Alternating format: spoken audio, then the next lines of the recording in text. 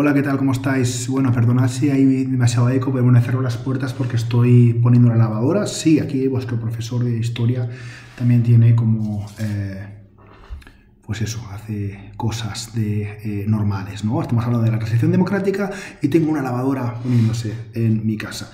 Bueno, entonces, claro, aquí esta es la pregunta, ¿no?, que todo el mundo se hacía cuando Franco finalmente dejó el mundo de los vivos y después de la muerte de Franco, ¿qué pasa? ¿Qué pasa? Bueno, pues hubo un cierto continuismo al primer momento porque Arias Navarro continuó siendo presidente del gobierno. El gran cambio fue, evidentemente, la jefatura del Estado porque le tocó el cargo al heredero, a Juan Carlos I. Entonces, pues bueno, digamos que, pues eso, hay que tener en cuenta, antes de continuar, esto es muy importante, porque Franco se dice que murió en la cama, pero el franquismo siguió durante unos años hasta que finalmente fue destruido por una parte las instituciones políticas y por otra parte el pueblo, digamos, o la ciudadanía en las calles, ¿no?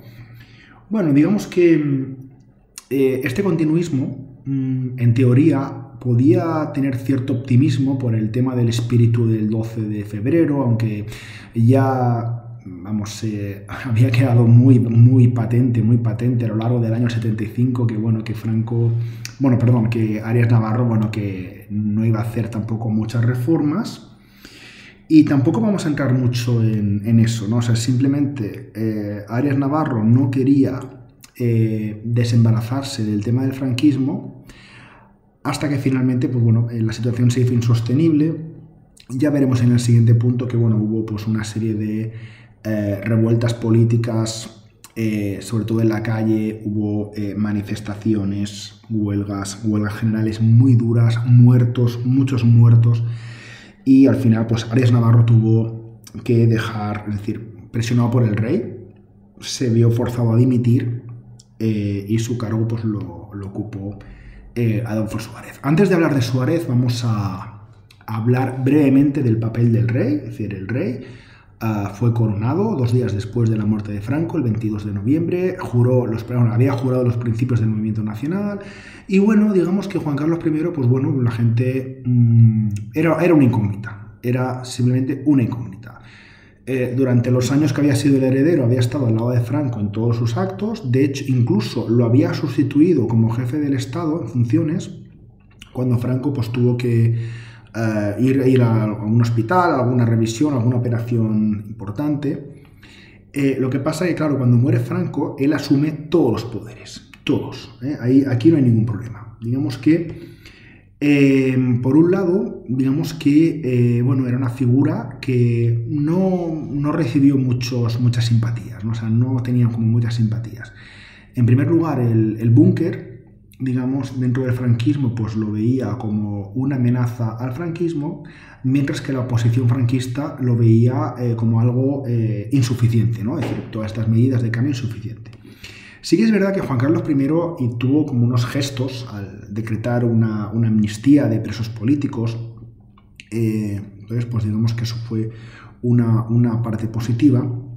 Y ya adentrándonos más en el papel de toda la transición, pues hay que poner un poco la figura del rey en su sitio.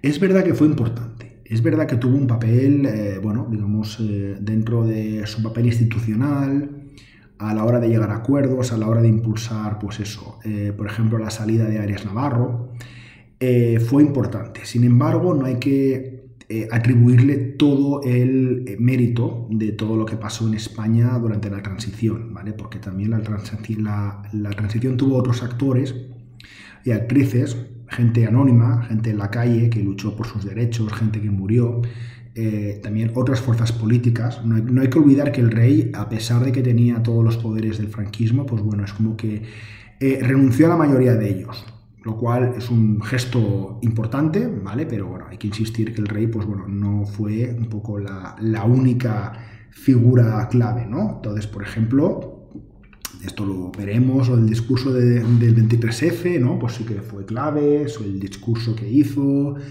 Entonces, pues aquí simplemente pues hay que diferenciar entre esa transición desde arriba de las instituciones políticas y esa transición desde abajo, digamos, de la calle, de los trabajadores, obreros, etcétera, ¿no?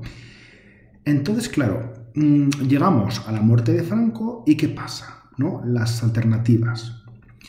Tenemos los aperturistas frente a los inmovilistas o el búnker, ¿no? Digamos que, bueno, intentan hacer como algún tipo de reforma, pero son reformas muy limitadas. Por otro lado, tenemos a la oposición, que estas dos, la plataforma y la Junta, ahora mismo de verdad es que no me acuerdo del nombre de la plataforma democrática, de las dos que fundan, pues se fusionan en el año 76 en coordinación democrática. Es como una manera de decir, la oposición está unida, por fin PSOE y PC se vuelven a unir. Y bueno, digamos que el objetivo de esta coordinación democrática, el deseo mayoritario era romper con el franquismo, ¿vale? Luego, ahora veremos que realmente no se rompió, sino que hubo como un proceso de reforma más pausado, menos traumático, pero bueno, es un poco lo que tenemos, ¿no? La herencia de todo esto es nuestro régimen democrático actual. Bueno, vamos a parar y continuamos en un momento. Venga, hasta luego.